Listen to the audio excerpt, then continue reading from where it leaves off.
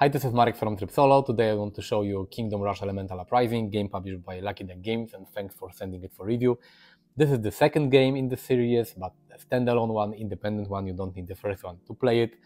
The game was funded on GameFound or Kickstarter, I don't remember well, but this is the retail edition. Apart from the crowdfunding version, you also have this game will be available in retail, and this is the edition. Kingdom Rush Elemental Uprising is a cooperative game, a tower defense game, which is not a very popular mechanic for board games. In the game, you are heroes trying to save the kingdom against hordes of enemies and different bosses, and you will use your intelligence and strength and abilities of your hero, but also you will use different towers that you will build on the board in order to defeat all the hordes of enemies. Now I want to show you how the game plays, more or less, and then I will tell you what I think about it. So this is the first scenario of Kingdom Rush Elemental Uprising. In your rulebook, you have all the scenarios described, exactly what you have to place on the table, which terrain tiles, which enemies, type of towers, starting resources. Everything is set up in the scenario. This is the setup for 1 player, 2 players, 3 players, 4 players. So everything is here, some special rules, your victory condition, your hero, starting towers. So each scenario has got all the rules described here. But we will start, I will tell you about the first scenario in order to explain how the game plays, so you have an idea. The basic gameplay is the same for each scenario, but of course there are some small changes and additional rules. So this is the kingdom, this is the map, and you have to defend the kingdom against enemies, against hordes. Hordes of enemies look like this. You have a card. This is the type of the enemy, this is the level of the enemy, and this is a plastic, like a plastic tray. And you place your card here, and this horde in this plastic tray will slide on the path here in order to get to the gates of your kingdom in order to deal damage. Your task as the hero, this is my hero called Satan, your task is to destroy the hordes before they escape from the board down here. In each scenario, you will have some spawn points. Here we have number 1 and 2. In each spawn point, you will have a specific number of enemy cards, different types of enemy cards, different difficulty levels. This scenario tells you exactly what type of enemies you have to create in each stack and how this stack should look like. I will only show you that this is the whole deck of enemies, different types, different levels. So you have a lot of different enemies. So each time you play the game, you will have different enemies. Here we have different towers. We have 4 types of towers.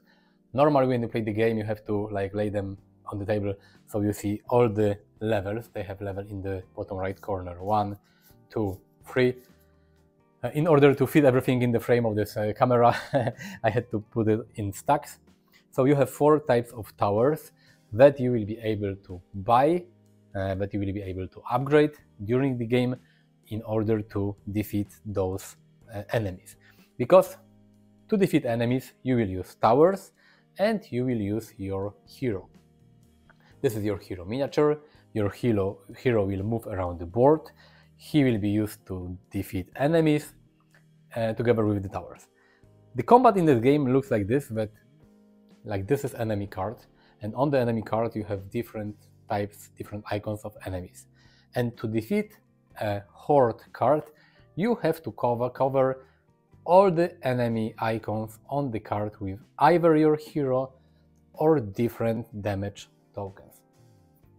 The damage tokens will be placed by using towers and also by using special abilities and attack ability of your main hero. In a solo game, you have to use 1 main hero and you have additional bench heroes that will help you The default number of bench heroes for solo game is 2, but you can use 3 or even 4, or you can use none if you are that good. This is your hero board. Here is your basic attack. This is always something you have. This is a place for special abilities that you can add to your hero. You have 4 of them, you have 2 slots, and some scenarios will tell you that you will start the game with some special abilities. Here are your life points, here is your movement, here is your turn sequence, so you know what to do in each turn, and here is like a special passive ability of your hero that you have to read and use during the game. In the game we have 2 types of resources. We have this gems and we have coins. You can use coins in order to buy mods, upgrade modifications for the towers, and you will use the gems, the crystals, to buy new towers. Because each hero, each player in a solo mode is just one, starts with a specific number of starting towers. These are the basic towers that you will place in your turn, but during the game you'll be able to acquire more towers from the stacks here, and you also will be able to upgrade these towers that you start the game with. This is your hero card. The solo version is on the other side, and you use this card to place it here when you activate your hero. What else do we have here? Here we have a special small booklet with stickers. There are different stickers in the game that will be placed on tower cards in order to upgrade towers. I will show you how it works. Let's say we have a tower card. We can, if you buy this upgrade, we can take it and you can place the sticker on this card like this. But the stickers are removable, so don't worry, you will not damage the cards. After the game and between your game sessions, you will store the stickers here. Here is the sheet with additional stickers that you will gain during the campaign. How the game plays. Each scenario gives you victory conditions. The victory condition for scenario number 1, called Blooming Threats, is to you win if there are no enemies on the map at the end of the 5th round. So during the 5th round of the game, you have to defeat all the hordes in the stacks here and on the board. In the stacks, they will each round of the game, new enemies from the stacks will appear on the board. By the end of the 5th round, you have to defeat everyone. Each round of the game starts with spawning new hordes. Basically, you skip this step in the first round of the game because you start with some enemies on the map according to the scenario setup. But basically, spawning means that in ascending order from 1, 2, 3, from each spawn point, you take the top card. You have to place this card on this tray and you have to place it somewhere on the board. You place it on the first free space between the spawn point and the exit. So in this case, if we would have to place a new horde here, we cannot place it here, we cannot place it here, we cannot place it here, we will place it here. And then you do the same with the second spawn point. You take the top card, you place it on the tray, and you place it on the first free space on the board. If there are no free space on the boards and you have to add new enemy, you lose the game. So your goal is to remove enemies during each round in order to have space for new enemies to appear. And the other way to lose the game is that if there are no enemy cards in the spawn deck and you have to spawn a new enemy, then you lose the game. And if your kingdom loses all the hearts here. How you can lose the hearts? When an enemy moves around the board and is undefeated and leaves the board through the exit here, you will lose 1 heart for each uncovered small enemy and 4 damage, 4 hearts for the big enemies. If your kingdom loses all the hearts, you lose the game, so you have to be careful to not allow cards with a lot of uncovered enemies to leave the board. So spawning new hordes is the first turn. Then is the main phase for your hero, where you can play towers and you can use your hero cards. Here are different towers. Each tower has got a name, has got a type of damage. This means it's magic damage, this is like physical damage. This is the level of the tower. It's 1 because these are the starting towers we start the game with. And this is of the type of damage this tower deals. Here is the direction. So this tower only shoots straight shoots. This one can shoot in each of this direction. This symbol, for example, means that you can place this damage token on any spot on the board. It's like a perfect shot, distance shot. So each, this one places soldiers and some tokens. Each tower has got different abilities, and each tower of each level has got some different abilities. If you want to play a tower, you have to choose one tower. You have to place it on one of the available spots on the board. The spots where you can place towers are covered with this transparent card. So, for example, in this scenario, I can place a tower here, here, here, here, here, and here, and here, and here. I cannot place the tower on the path here. I cannot place a tower here because there is no building site. So, for example, I would like to play this Mage Guild tower. I will place it, let's say, here. The damage token for this tower is shown here, so this is like this tile. And now in a Tetris polyomino style, I will place this damage token on the enemy card. And I choose to place it like this. And now I have 3 enemies already covered. If I manage to cover all the enemies on a card, this horde card will be destroyed and I will gain the reward shown on the back of a card. So let's say this is my choice. Now I can play another tower card from my hand. I can use all the tower cards that I have in my hand. If I don't want to use a card, I can put this card in the incoming towers area of the hero board. This is the hero board, and here is the incoming tower area. In a solo game, you can place it on your incoming towers area on your own hero board because you are the only player. In a multiplayer game, you have to place it on other heroes' board. Placing the card in the incoming towers area means that you can take a card like this one. You can upgrade it for free, so I will upgrade militia barracks to footman barracks. This card is upgraded and the card goes to other heroes' board or my own board if I play solo. This card is upgraded, the tower is better, but I cannot use the tower in this round because I will get this card at the end of the round.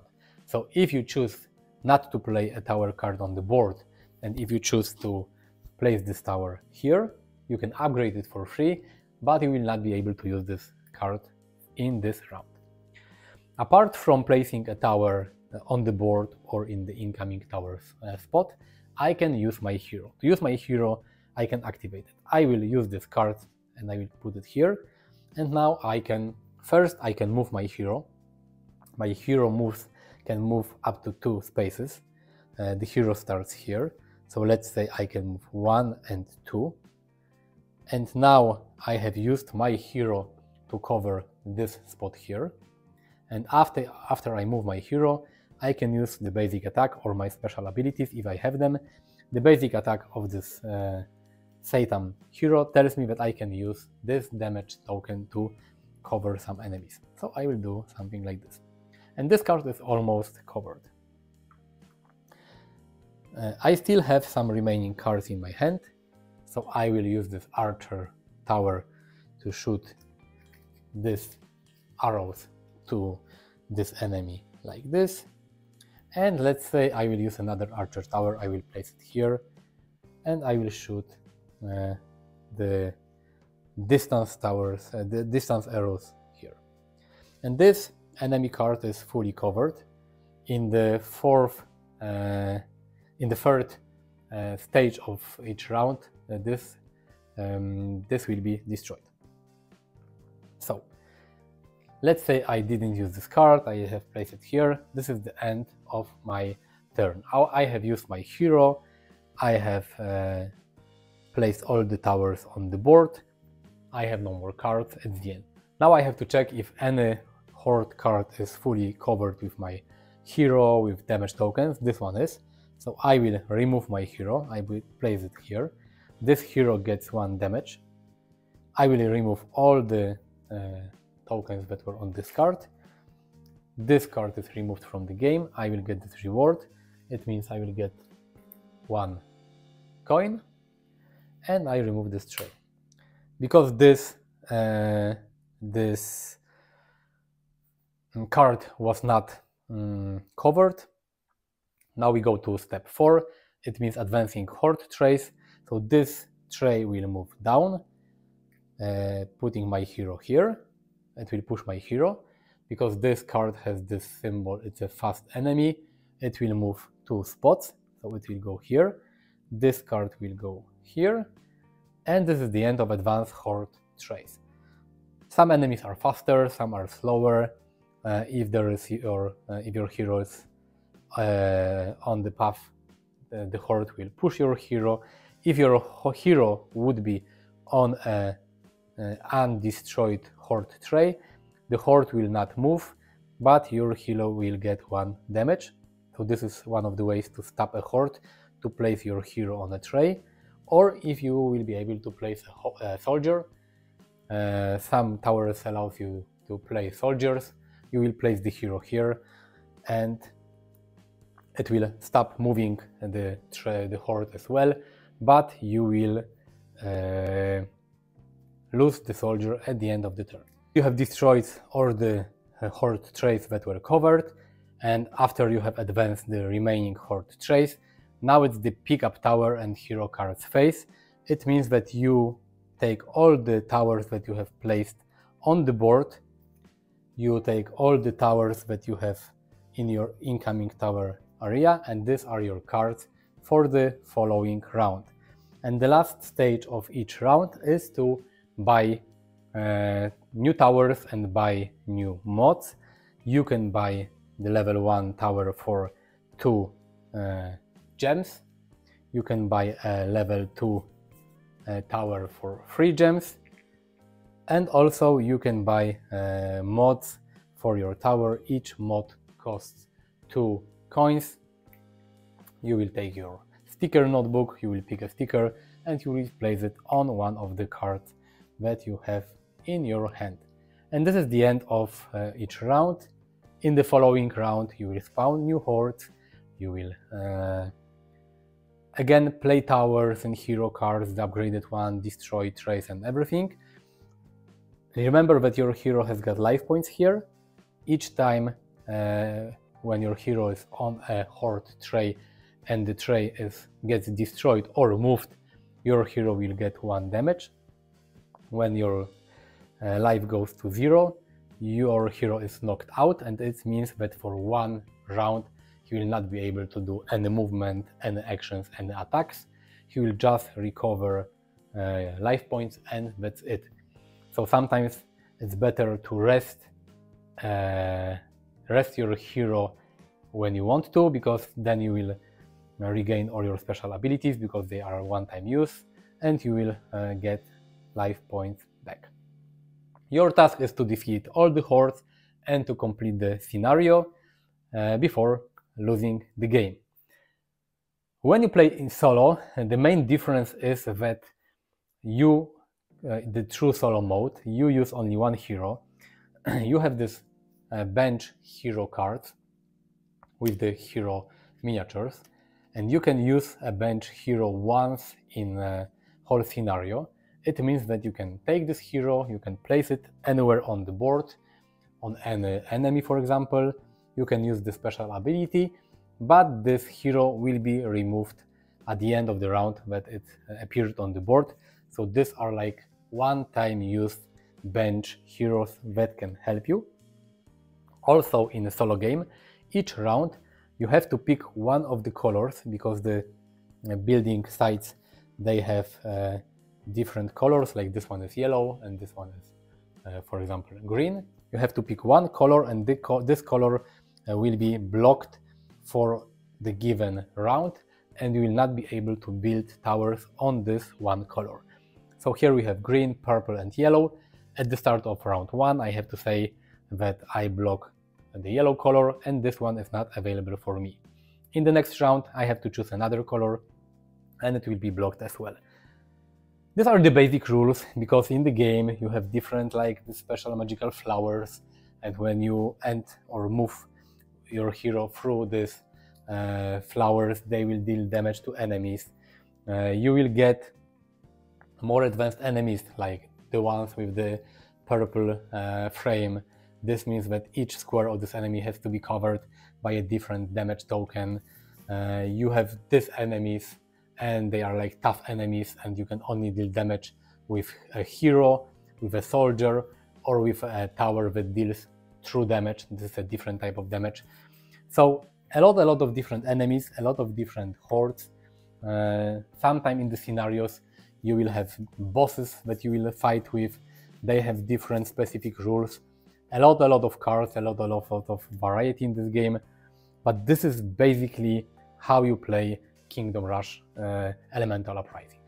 Now you know how to play Kingdom Rush Elemental Uprising, so now I can tell you my pros and cons. Pros: tower defense is a quite unique mechanic in board games and not very popular, so I really like it.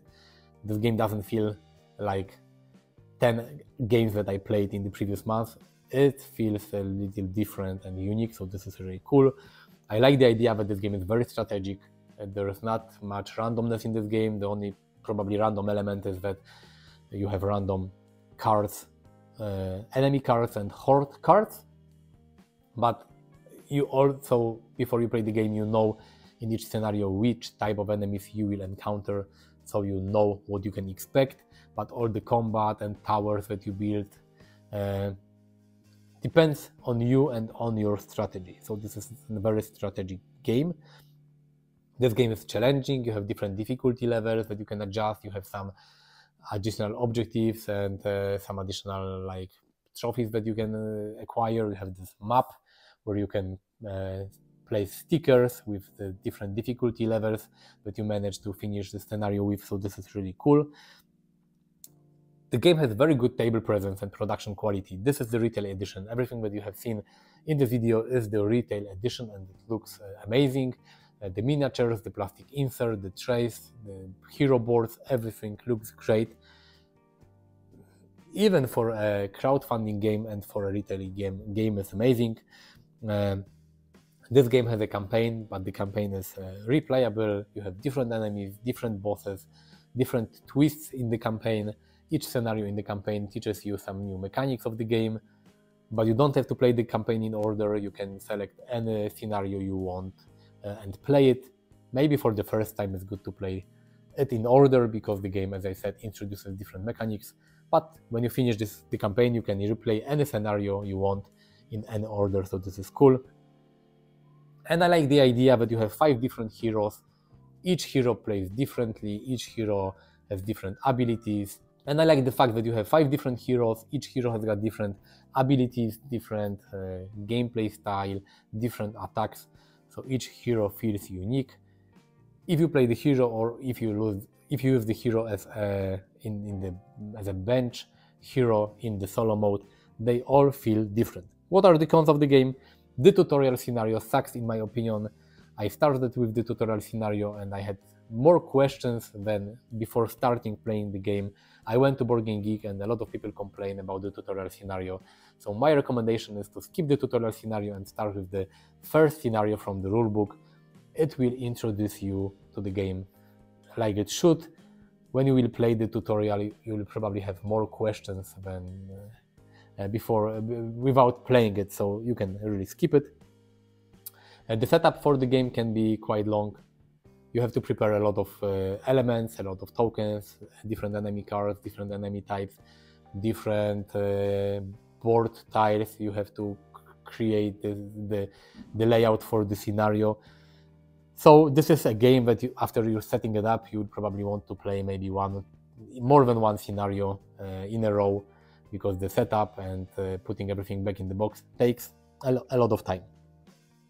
And the third thing is that in the solo mode, where you play as just one hero and you have additional heroes that only help you but are not very active on the board, the solo mode is very difficult in my opinion, even if you play with all the heroes as your helper heroes. I had trouble winning the scenarios in solo mode, and every action, every round, every turn needs to be very optimized from your side, and you have to really plan and play strategically in order to have a chance to win the scenario in the solo mode, because in the solo mode you have basically one main hero that moves around the board. You have other heroes, but they only appear for one round and then you remove them from the game. With more players, you have more heroes that can move around the board. So I think that the multiplayer mode is a little easier to win than the solo mode. I checked Board Game Geek and a lot of people say that the solo mode is difficult. So the solo mode is great if you like a big challenge and if you like challenging games. But of course you can play solo with 2 or 3 characters. You don't have to use the solo mode as it is. So it's really up to you. Kingdom Rush Elemental Uprising is a really fun game. Fun tower defense, quite unique game, strategy game, challenging game and difficult game as well. So if you like challenging games, this one is for you. The artwork is cool. The artwork is a little misleading because when I looked at the box, I thought, oh, this is like a fun, relaxing tower defense, polyomino type of game. It's not.